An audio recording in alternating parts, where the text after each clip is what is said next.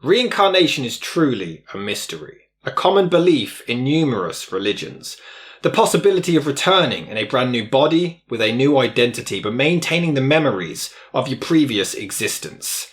It's something that's been debated for centuries, and today we are looking at 5 of the most convincing cases of reincarnation.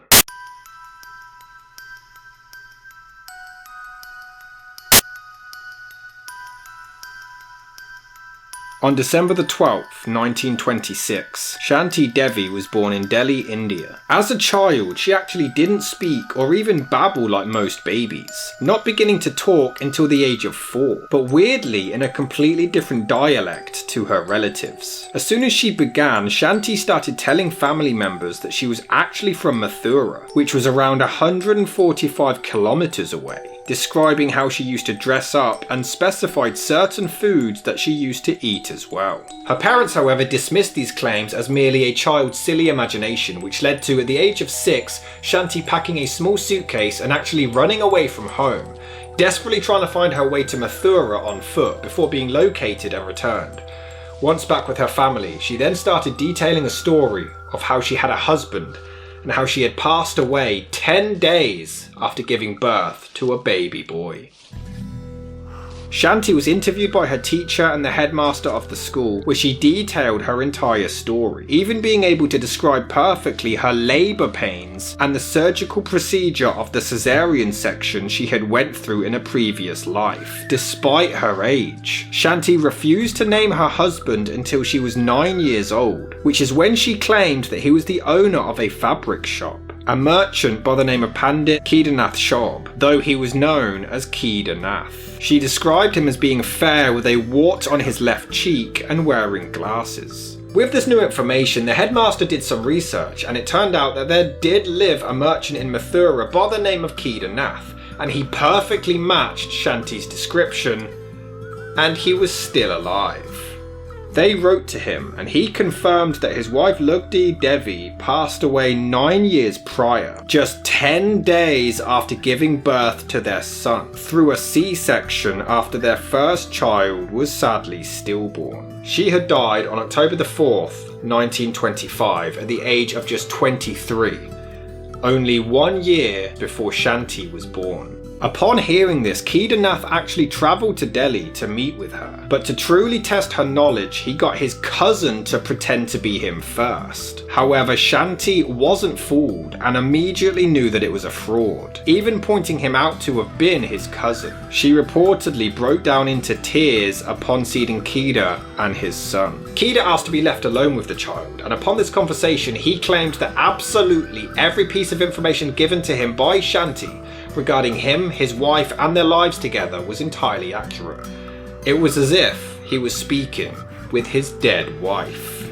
The case not only convinced Kedar that Shanti was in fact his wife reincarnated, but it also convinced and gained the support of Mahatma Gandhi, who even set up a commission to investigate. So on November the 15th, 1935, they sent Shanti over to Mathura. During the journey, she was able to perfectly describe the route ahead of time, accurately detailing streets and buildings she had never seen before. She also commented that certain roads or buildings weren't there previously, which the driver confirmed to have been true. She was even able to direct them to her old house. Once there, Shanti was able to pick out several family members, including Lugdi's grandfather. She was even able to point out Lugdi's mother and father in a crowd of over 50 people, and reportedly broke into tears upon meeting them. She had also claimed that she had previously hidden some money in a box upstairs under a secret floorboard, which was found but no money was inside, leading to Kedar admitting that he had taken it after his wife had passed away. This investigation actually led to the commission publishing a report in 1936 concluding that Shanti truly was the reincarnation of Lugdi, finding absolutely no other explanation available. Shanti never went on to marry, and she maintained her story all the way until her death in 1987 at the age of 61.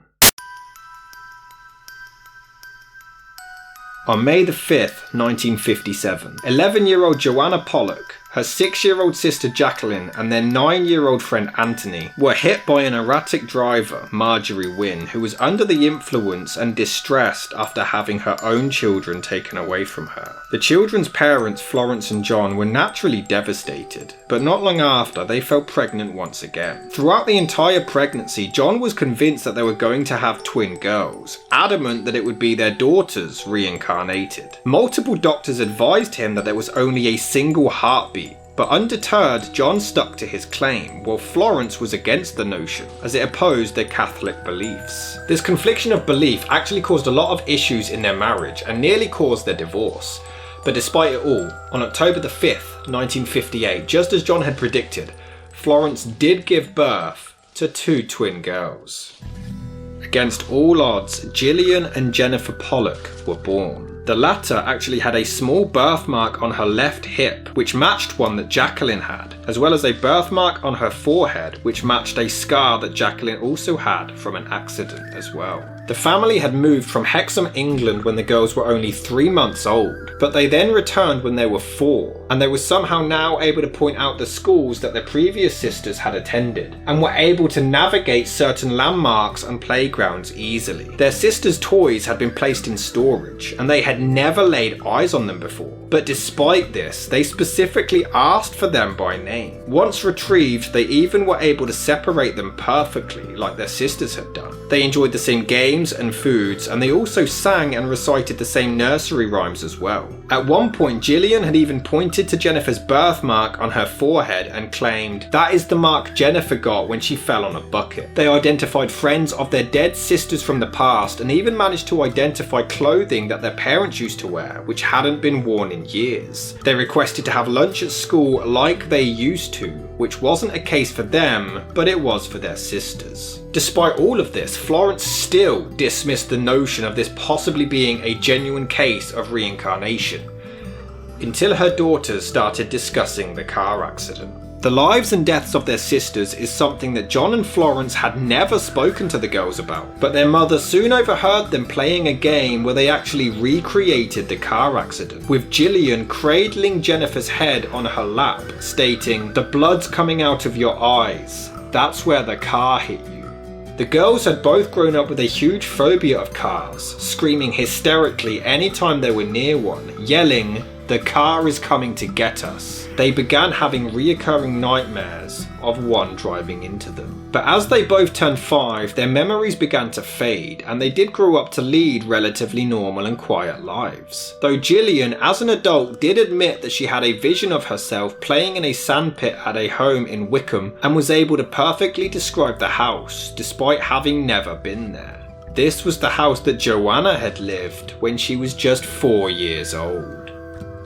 Professor of Psychiatry Dr. Ian Stevenson met with the family several times and had studied reincarnation for 40 years, investigating thousands of cases, and he believed that the Pollock twins was one of the most convincing he had ever come across. The girls themselves grew up skeptical, though they did agree to respect their parents' beliefs. Many believed that it was John and Florence who fed them information on the car accident and influenced their behaviour, despite their claims that they never did. However, it is worth mentioning that the Pollock twins had 4 older brothers, who may have also been an influence on them. In April of 1998, the world welcomed James Leininger to the world, and by the age of 2 he suddenly became obsessed with aeroplanes, despite his parents knowing nothing about them and sharing nothing remotely associated with them to their son. By the time James hit the age of 6, things began to escalate when he started to suffer frequent nightmares, claiming that he was inside a plane and was shot down by another which had a red sun on it. The parents suggested that this would have been a Japanese aircraft. He would often wake up screaming, "Airplane crash, on fire, can't get out, help." He would kick and scream hysterically, pointing to the ceiling. His parents didn't actually believe in reincarnation, but their son soon helped to change their minds. They did end up sending him to a counsellor, which did reduce the frequency of the nightmares, but that led to the stories becoming more and more detailed.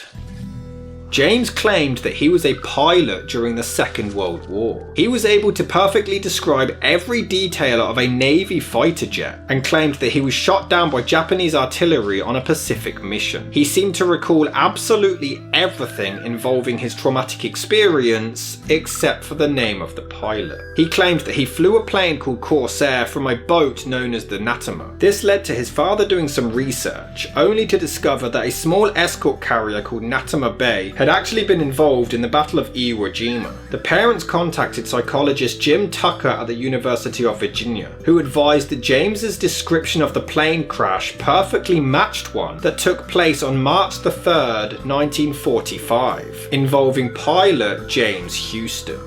James Houston's plane crashed exactly the way that James Leininger had described, hit in the engine, exploding into fire, crashing into the water, and quickly sinking. If we had never been able to verify that what the child said matched somebody who died, then you could certainly just mark it down as being fantasy. But in cases like James, the previous person James Houston was so obscure. I mean, he was a pilot who was killed 50 years before, and he was from Pennsylvania and James was in Louisiana. I mean, it seems absolutely impossible that he could have somehow gained this information as a 2-year-old through some sort of normal means.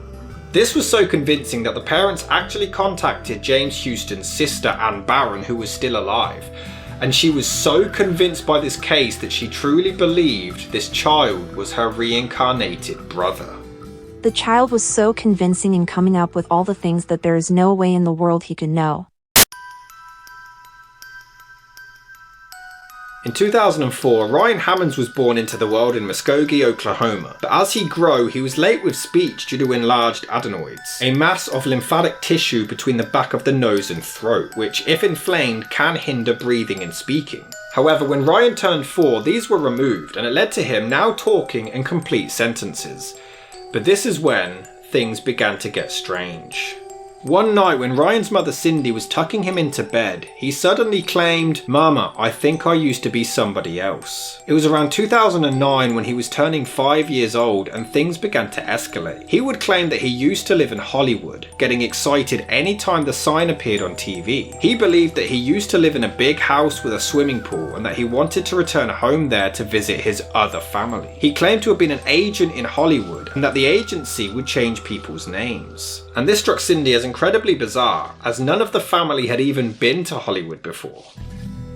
Songs would often come on the radio, and Ryan would jump up and start tap dancing randomly. He would discuss going to parties with a mysterious cowboy man who had a horse that performed tricks, and he also claimed to have made cigarette commercials. While at school, he would draw pictures of himself, his parents, and his past self. He would play with his friends and would yell action and pretend to direct films with them. He would somehow recognize scenes from a cowboy movie he had never watched and claimed that a local cafe reminded him of Paris, despite having never been there. Weirdly, he also claimed to have had 3 sons, but broke down crying, feeling incredibly guilty that he couldn't remember their names. Cindy's husband Kevin was the son of a Church of Christ minister, but neither of them believed in reincarnation and tried desperately to find an explanation, researching secretly without telling anyone what was going on. They eventually took Ryan to see a doctor who ruled it down to a child's imagination and claimed that he would simply grow out of it, but that's when the nightmares began. Ryan began to suffer extremely traumatic nightmares, waking up in a severely hysterical state, clutching onto his chest,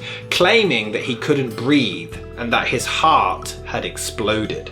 For months, Cindy had been checking out books from the local library about Hollywood and had no luck until she finally stumbled across a photo that seemed to strike Ryan's interest. She found a picture from the 1932 feature film Night After Night, to which Ryan pointed and said, "Hey mama, that's George. We did a picture together. And mama, that guy's me. I found me." The George in question was George Raft, an actor and dancer who was mostly associated with gangster films in the 1930s and 40s. But Cindy was unable to identify the man who her son was claiming to be. In February 2010, desperate for answers, she wrote to the Division of Perceptual Studies in the Psychiatry and Neurobehavioral Department at the University of Virginia School of Medicine, to which they received a response admitting that Ryan wasn't the only one struggling with traumatic memories from a past life. life. The aforementioned Jim Tucker visited the family in April and was actually able to provide some answers, as the man in the photo was identified as being Marty Martin, who passed away in 1964, 40 years before Ryan was born.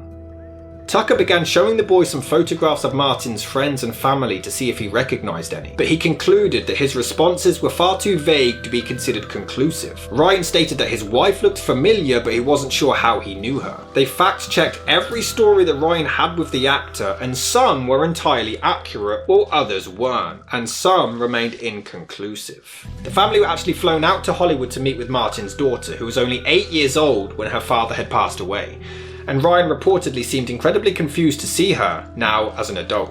Those stories that he had told people that were previously deemed inconclusive were now considered compelling.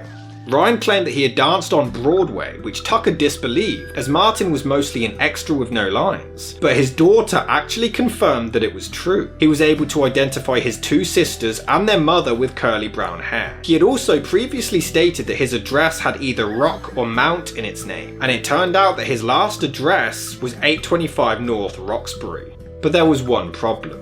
His heart didn't explode. He had leukemia and died from a cerebral hemorrhage.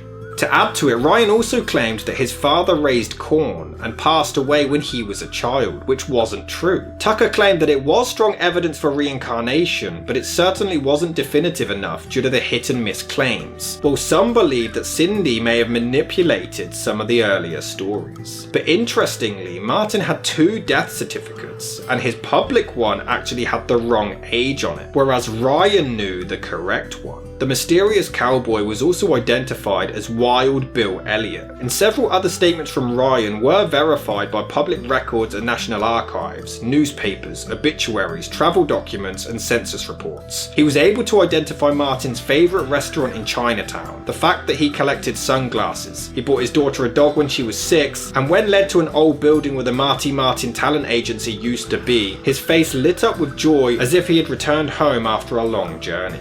On April the 30th, 2011, a documentary on the case aired, but not long after, Ryan stopped talking about his past life, and 6 months after the film, he removed all of his Marty Martin themed decorations, and informed his mother that it was time to move on. While public opinion remains split, the fact that Marty Martin was such an obscure figure, and there wasn't a whole lot of information about him online at the time to begin with, makes it that much more confusing, mysterious, and impressive.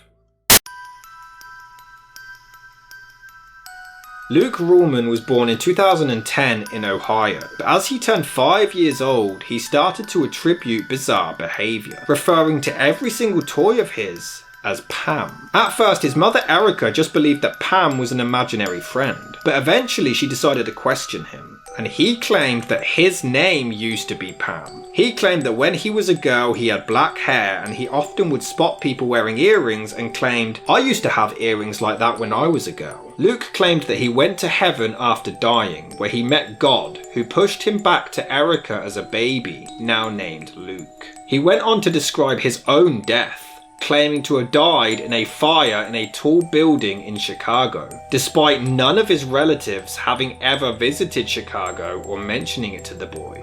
Upon research, it turned out that in 1993 there was a fire in Chicago at the Paxton Hotel where 19 people lost their lives, one of which was a woman named Pam in her 30s.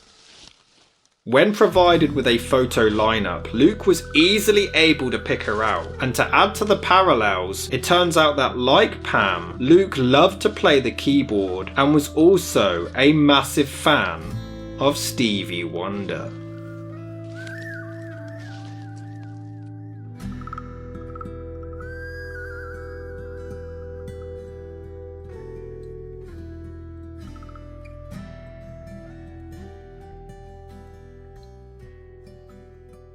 Hello guys, this is Rob from Seeking Answers. I really hope you enjoyed that episode. If you do want to see more, please consider donating to Patreon or clicking that join button below to become a channel member. Unfortunately, YouTube's monetization doesn't really cater to the content that we make, so we do need all the help that we can get. I also realised that not everyone is able to give a monthly payment, so there is now a PayPal link in the description if anyone does want to donate a one-off payment. Doesn't matter the amount, any amount is appreciated. And if you do a one-off payment, you'll be able to request a case for us to cover, and it will really go towards helping the channel out and continuing to grow the community. Any amount is appreciated and it will go towards keeping this channel alive and making more content, going on location more. You will get perks in exchange and you will help really give this channel the boost it needs. Thank you for all of your support and tune in next week for another video.